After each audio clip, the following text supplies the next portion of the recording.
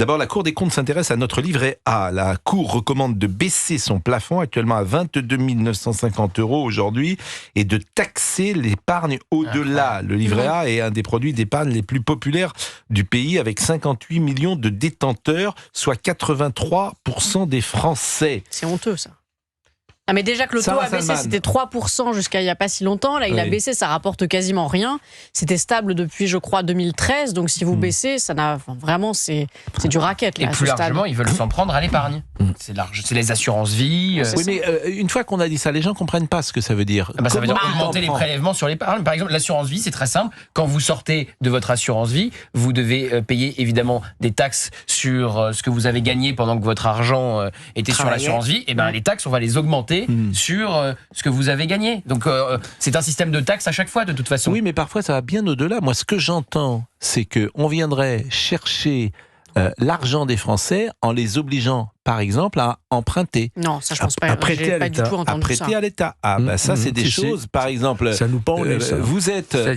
C'est-à-dire que vous avez de l'argent, vous avez des économies, admettons que vous ayez des économies. Bon. La banque est obligée de donner le montant de vos économies qui dorment, ou de vos placements qui dorment.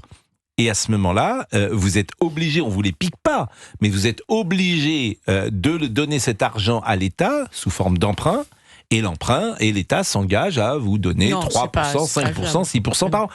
Ça, c'est les scénarios les plus catastrophes. C'est quand il n'y a plus d'argent. Quand il n'y a plus d'argent, on l'a vu en Grèce.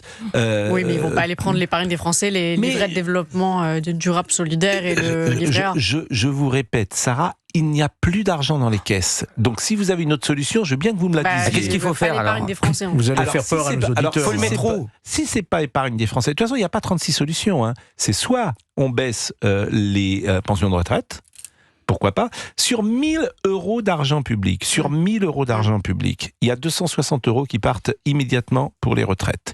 Et il y a 250 ou 260 € qui partent pour l'assurance maladie et prestations sociales. Ouais. Donc, ça, c'est les gros postes. Par exemple, vous n'avez que 4 € qui va à la justice. Oui. Je crois que vous avez 17 ou 18 € simplement pour l'éducation nationale. Vous voyez ? Moi, j'aime bien ce rapport sur 1 000 €. Je trouve que c'est le plus parlant. 1 000 € dépensés par l'État, argent public. Je crois qu'il y a 18 ou 20 € simplement pour l'éducation nationale. 260 € pour les retraites. Donc, si vous dites demain, on baisse les retraites immédiatement de 10 ou 15%, j'imagine par exemple que dans ces professions artistiques, c'est très très difficile les retraites, souvent parce que vous étiez mal renseigné parfois, les gens cotisaient peu. Il fallait prendre une retraite personnelle, une assurance personnelle. Voilà. Bon, si on dit à tous les Français, on va diminuer les retraites, ça peut bouger. Je vous assure, c'est pour ça que la solution d'aller chercher, parce que ça veut déjà dire que t'as de l'argent, que t'as des économies. Donc, alors qu'est-ce qu'on fait ? On retire son argent ? Si vous étiez mon conseiller bancaire, qu'est-ce que vous me conseilleriez ? C'est très simple. Il y a des gens parce que demain, ceux qui nous écoutent, demain, ils vont aller retirer leur argent. Mais ça, c'est un scénario alarmiste. Vous savez ce qu'ils font ? Non.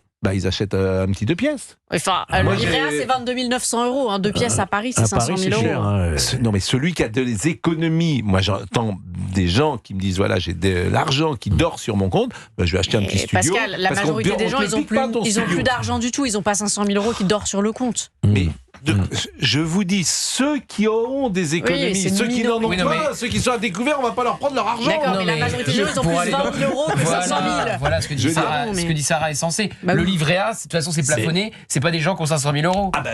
L'assurance vie, vous pouvez avoir des assurances vie à 10, 20 000 €. Vous n'avez pas de quoi vous acheter un appartement. Après, vous pouvez en province, vous ne pouvez pas acheter à 20 000 €. À 20 000 €, vous allez me présenter la cabane qu'on peut acheter en province à 20 000 €. Vous me faites rire, oui, bien sûr. L'étanchéité de la maison doit être bien. C'est une question à 20 000 €. C'est pas un studio, c'est un placard, votre truc. Une chambre de bonne. Même une chambre de bonne à 9 mètres carrés. Il y a des choses qui rapportent énormément. Les parkings. Voilà. Les parkings. Voilà, vous pouvez acheter un parking. Il faut acheter des parkings maintenant. Je comprends plus. C'est ce qu'avait Roger Hanna. Roger Hanin, il a plein de parkings. Et vous avez acheté un parking aussi? Mais j'achète rien, moi. Même son écharpe est en leasing. Voilà. J'achète rien du tout. Bon, mais qu'est-ce qu'il faut faire avec le livret A alors? Donnez-moi un conseil. Écoutez, c'est pas intéressant le livret A. Moi, j'ai jamais eu de livret A, donc. Ah bon? Vos parents n'ont jamais ouvert un petit livret A? Je crois pas, non. Le livret A. Qu'est-ce que vous avez alors? Rien. Voilà. Vous êtes content? J'ai rien du tout.